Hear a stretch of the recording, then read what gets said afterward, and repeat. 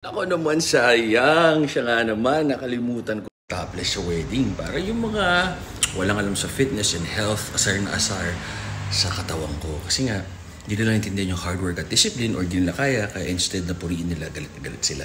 Napaalala niya lang ngayon. Ngayon ko rin lang naalala kasi sobrang emotional ko kasi hindi talaga ako makapaniwala na ikakasal ako at age 45.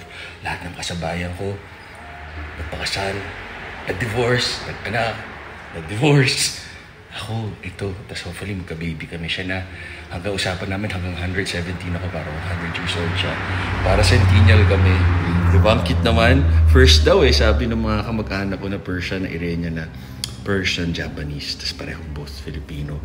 Parehong tiga San Juan, Batangas. So, maraming salamat sa support. Maraming salamat sa lahat. Pati sa hindi support. Na-appreciate namin lahat kayo.